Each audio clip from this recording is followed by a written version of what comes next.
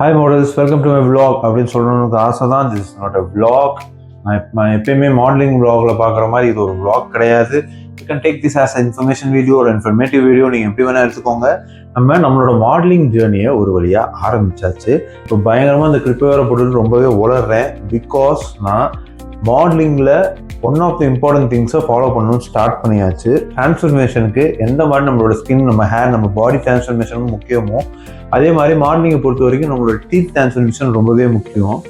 ஏன் அப்படின்னா மாடலிங்கில் போஸிங்லாம் வெறும் பாடியை ஸ்ட்ரெயிட்டாக வச்சோ இல்லை பாடியை டேர்ன் பண்ணி ஒரு ஃபேஸ் டேர்ன் பண்ணி டில்ட் பண்ணி எப்படி வேணால் நம்ம போஸ் கொடுக்கலாம். But smiling is also important thing in modelling. Or when ஒரு சேஃப் ஜோன் வச்சுருப்போம், அதாவது இந்த இவ்வளோ சிரிச்சா போதும், பல்லு தெரியாமல் சிரிச்சு நம்ம எஸ்கேப் ஆகிடலாம் அப்படிலாம் நீங்கள் நினைப்பீங்க. அப்படிலாம் அவங்க பண்ணுறாங்கன்னு சில பேர் நினைக்கலாம். பட் கொஸ்டின் ஆன்சர்ஸ் ரவுண்டுன்னு வர்றப்ப நீங்கள் மாட்டிக்குவீங்க.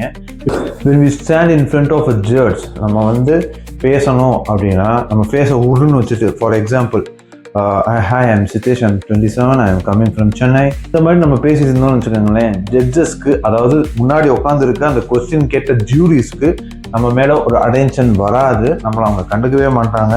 அண்ட் இட்ஸ் ஆல்சோ இப்போ பார்க்குறதுக்கு நல்லா இருக்காது.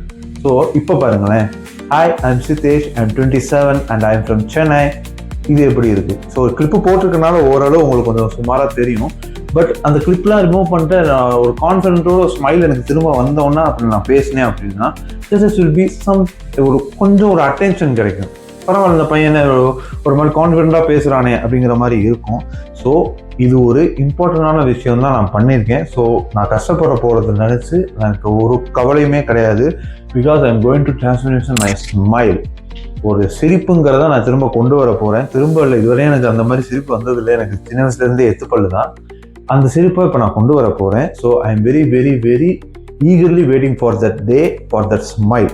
அது வரைக்கும் என்னால் சரியாக பேச முடியாது, சரியாக எந்த ஒரு வேர்டுமே which is sounds with s, upper டீத்தும் லோயர் டீத்தும் எனக்கு கான்ட்ராக்ட் ஆகுது. அதாவது இதான் மேப்பல், இதான் கீப்பல்னா இந்த மாதிரி க்ளோஸ் ஆகுது. க்ளோஸ் ஆகிறதுனால என்னோட கீழ்பல் தேயுது. ஸோ அது ஆகக்கூடாது அப்படிங்கிறதுக்காக ரெண்டுத்துக்கும் நடுவில் ஒரு பிளாஸ்டிக்கில் எனக்கு ஒரு மோல்டு மாதிரி ரெடி பண்ணி அதை செட் பண்ணியிருக்காங்க. ஒரு பிளாஸ்டிக் மாதிரி நடுவில் ஒரு தகுடு மாதிரி வச்சுருக்காங்க. So that's why I can't eat chewable foods. என்னால் மெல்ற மாதிரி சாப்பாடு சாப்பிட முடியாது. சாப்பிடவே முடியாதுலாம் இல்லை, மெல்ற மாதிரி சாப்பாடு என்னால் சாப்பிட முடியாது. ஃபார் எக்ஸாம்பிள், எல்லாருக்கும் பிடிச்ச பிரியாணி என்னால் சாப்பிட முடியாது. புரோட்டா, சப்பாத்தி, இந்த மாதிரி chewable ஐட்டம்ஸ் என்னால் சாப்பிட முடியாது. அப்படி அப்படியே முழுங்குவோம் பார்த்தீங்களா, curd rice, well mixed sambar rice or oats, இந்த மாதிரி என்னால் சாப்பிட முடியும். இப்போ கூட எனக்கு மிட் நைட்டில் முழிப்பு தட்டிடுச்சு. ஸோ நான் என்ன சாப்பிட்டேன் அப்படின்னா, பிஸ்கட்டில் பால் போட்டு சாப்பிட்டேன். அதுவும் இல்லாமல் சுகர் இல்லாமல் எடுக்கிறதுனால it's not that bad. So அதை ரெகுலராக வச்சுக்காம இந்த மாதிரி கிளிப்பு போட்டிருக்கிறப்போ ஒரு சமயத்தில் திடீர்னு ஒரு பசியோ அப்போது எதுவுமே எமர்ஜென்சிக்கு செய்ய முடியல அப்படின்னா இந்த மாதிரி ஒரு பிஸ்கட் இருந்துச்சுன்னா டக்குன்னு எடுத்து போட்டு சாப்பிட்றலாம். ஸோ இந்த மாதிரி கிளிப்பு போட்டுறவங்களுக்கு தான் தெரியும் அதோட வலி. என்னால் சத்தியமாக சொல்கிறேன், நம்பவே முடியல. ஐ கேன் லாஸ்ட், எனக்கு தெரிஞ்சு ஒரு 2 கிலோ கிட்ட நான் இறங்கிட்டேன் வித்தின் 1 வீக். இந்த ஒரு வாரத்தில் நான் ஒரு 2 கிலோ இறங்கியிருக்கேன். என்னோட வயிறும் நல்லாவே குறைஞ்சிருச்சு. ஸோ அதனால் இப்போ நான் ஜிம்முக்கு போகிறத ஸ்டாப் பண்ணிட்டேன்.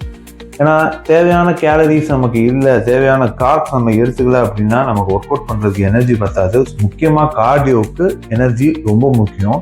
ஸோ அப்போது நான் ரொம்ப சுவேபுளாக இல்லாமல் வெறும் ட்ரிங்கிங் ஐட்டம்ஸ் மட்டும், வெறும் ஸ்வாலோயிங் ஐட்டம்ஸ் மட்டும் எடுத்துகிட்டு போய் என்னால் ஒர்க் அவுட்லாம் பண்ண முடியாது. வெயிட் ட்ரைனிங் இல்லை, கார்டியோக்குமே நமக்கு ரொம்ப ரொம்ப எனர்ஜி முக்கியம். ஸோ இந்த 3 months இந்த ஜிம்முக்கு போகிற இதை விட்டுட்டு முடிஞ்ச அளவுக்கு ஒரு வாக்கிங் அந்த மாதிரி மைன்யூட்டாக பண்ணிவிட்டு நான் ஸ்டாப் பண்ணியிருக்கேன். இப்போதைக்கு பாஸ் பண்ணி வச்சுருக்கேன் ஜிம்முக்கு போகிறதுக்கு. இந்த பெரியவங்களாம் சொல்லுவாங்கள்ல, ஒரு புதிய விஷயம் ஆரம்பித்தோம் அப்படின்னா ஏதாவது ஒரு தடங்கள் வரதான் செய்யும், அதை மீறி போகணும் அப்படின்ட்டு. கிஸ்டனிக்ஸ் ப்ரோ சொல்கிற மாதிரி எதுவுமே பண்ணாமல் இருந்தால் மட்டும்தான் தப்பு, வாழ்க்கையில் ஏதாவது பண்ணிக்கிட்டே இருங்க அப்படின்னு அவர் சொல்லியிருக்காரு. என்னோட மாடலிங் ஃபீல்டுமே எனக்கு அப்படி தான் தெரிஞ்சுது. ஸோ நீங்களும் முடிஞ்ச அளவுக்கு ஏதாவது பண்ணிக்கிட்டே இருங்க, எதுவுமே பண்ணாமல் மட்டும் இருக்காதீங்க. அப்போ தான் நீங்கள் மல்டிபிள் டேலண்டட் அப்படிங்கிறது உங்களுக்கே தெரியும். இட்ஸ் ட்ரூ, எல்லா ஹியூமனுக்குமே 1 or 2+ டேலண்ட்ஸ் இருக்கும். அதை நீங்கள் இந்த மாதிரி ஏதாவது ஒன்று பண்ணிக்கிட்டே இருக்கிறப்ப தான் உங்களுக்கே தெரிய வரும். இதே மாதிரி என்னோட மாடலிங் ஜேர்னியை பற்றி தெரிஞ்சுக்கவும் நீங்களும் என் கூட சேர்ந்து மாடல் ஆகுறதுக்கும் என்னோட இன்ஸ்டா பேஜை ஃபாலோ பண்ணிக்கோங்க. யூடியூப்பில் பார்த்தீங்கன்னா என்னோட யூடியூப் சேனலை சப்ஸ்கிரைப் பண்ணிக்கோங்க. பாய்.